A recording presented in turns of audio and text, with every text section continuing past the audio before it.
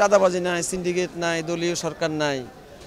এখন আমরা চিন্তা করছি কম হবে, কিন্তু কম তো হচ্ছে না। আলুর দাম কমে নেই, আলুর দাম বাড়তি, আলু কিনেই যাচ্ছে না। কাঁচামরিচের দাম একদম কম, খালি 100 টাকা কেজি, দাম কমে গেছে এগুলা। গত সপ্তাহের চেয়ে এই সপ্তাহে সবজির দামটা অনেক বেশি। একই বাজারের বিভিন্ন জায়গায় সবজির দাম বিভিন্ন রকম। এই যে মটরশুঁটিটা একদম আজকে আমার প্রথম এবছরে 200 টাকা কেজি। ডাল, চিনি, তেল এগুলোর দাম মোটামুটি আগের মতোই আছে।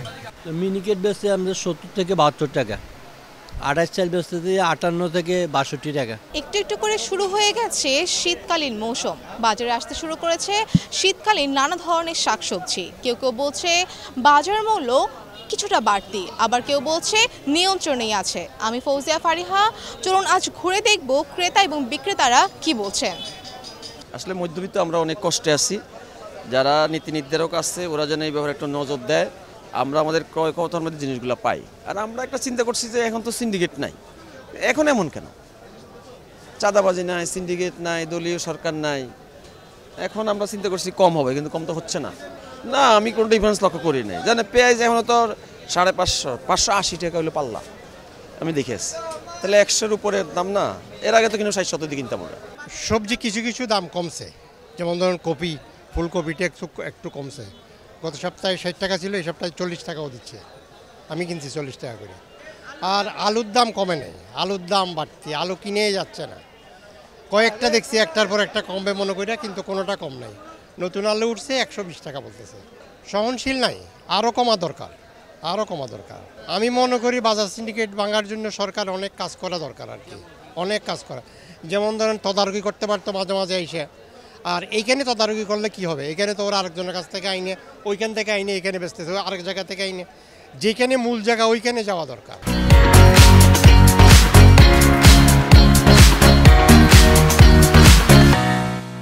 গত সপ্তাহ থেকে এই সপ্তাহে বাজারের পরিস্থিতি দেখা যাচ্ছে সব জিনিসের দ্রব্যমূল্যের দাম বেশি, বিশেষ করে শীতকালীন সবজির মূল্যটা চড়া।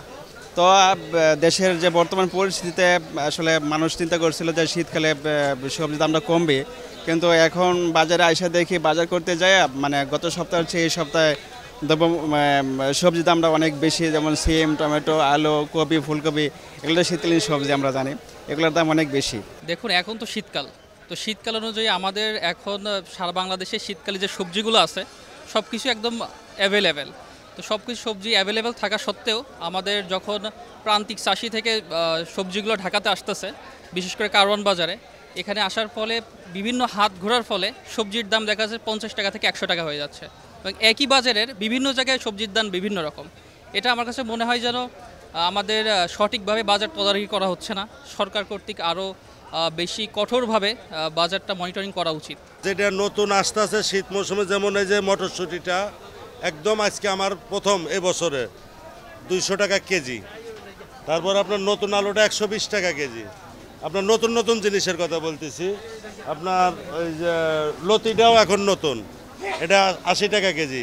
মূলা 50 টাকা কেজি, ঝিঙ্গা 80 টাকা কেজি, চিচিঙ্গা 60 টাকা কেজি। বেগুন একটা আছে 100, একটা 80, একটা 60। পেঁপের দাম একটু বাড়তি, 50 টাকা কেজি। আপনার ওই যে পেঁয়াজ সহ যে পাতাটা, এটার কেজি এখন মনে করেন খালি 80 টাকা কেজি। কাঁচামরিচের দাম একদম কম, খালি 100 টাকা কেজি, দাম কমে গেছে এগুলা। ডাল, চিনি, তেল এগুলোর দাম মোটামুটি আগের মতোই আছে। ডাল ধরেন ভালোটা 140 টাকা। চিনির দাম কমছে, চিনি আগে 135 টাকা ছিল, সেটা এখন প্যাকেটজাত যেটা সেটা 125 টাকা, পার কেজিতে 10 টাকা কমছে। আপনার তেলের দামটা আগের মতোই আছে, কিন্তু বলতেছে তেলের দাম নাকি বাড়বে। আজকাল 10-15 দিন যাবত চাউলের দাম একই রকমই আছে, কমানো না বাড়াবো না, একই রকম আছে। তো মিনিকেট বেচতে আমাদের 70 থেকে 72 টাকা, আড়াই চাল বেচতে দিয়ে 58 থেকে 62 টাকা, নাজির চাল 70 থেকে আরম্ভ করে 80 টাকা কোয়ালিটি বেঁধে।